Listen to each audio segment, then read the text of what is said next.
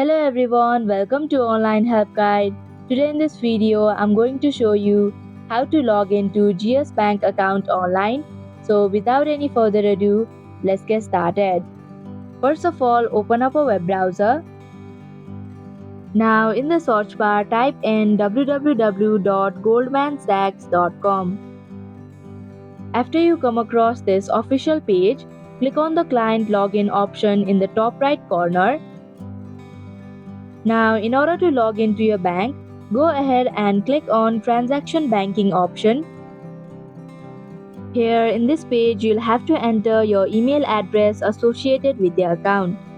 Then click on the arrow button. Here, enter your password. If you do not remember your email address or password, then you can click on Need Help link. After entering your details, click on the arrow button to proceed. And that is how you can log into GS Bank account online.